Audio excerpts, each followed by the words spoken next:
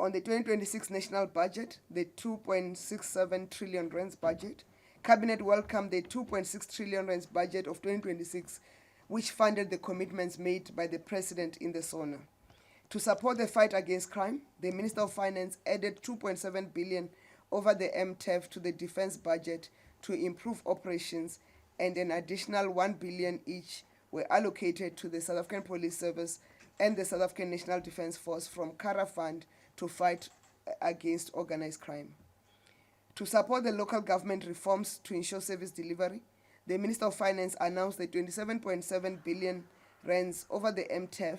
for a performance-linked reform for metro trading entities in electricity, water and solid waste. The aim of the reform is to ensure ring-fencing of water and electricity revenues to enable reinvestment in the services before any cross-subsidization.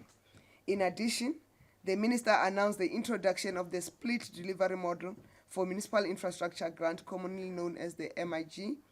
where municipalities with serious service delivery or governance failures will be shifted to an indirect service model.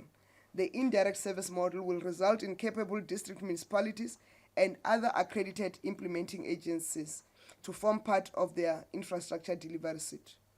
The budget also brought tax relief to households and small businesses by withdrawing 20 billion rands in tax increases that were provisionally included in the 2025 May budget, adjusting personal income tax brackets and rebates fully in line with inflation, and increasing compulsory VAT registration threshold from 1 million rands to 2.3 million rands. Cabinet reiterated its commitment to prudent fiscal management, the reform agenda, and speedy implementation of interventions and programs that have resulted in the narrowing of the budget deficit and the steady economic growth that made the budget 2026 possible.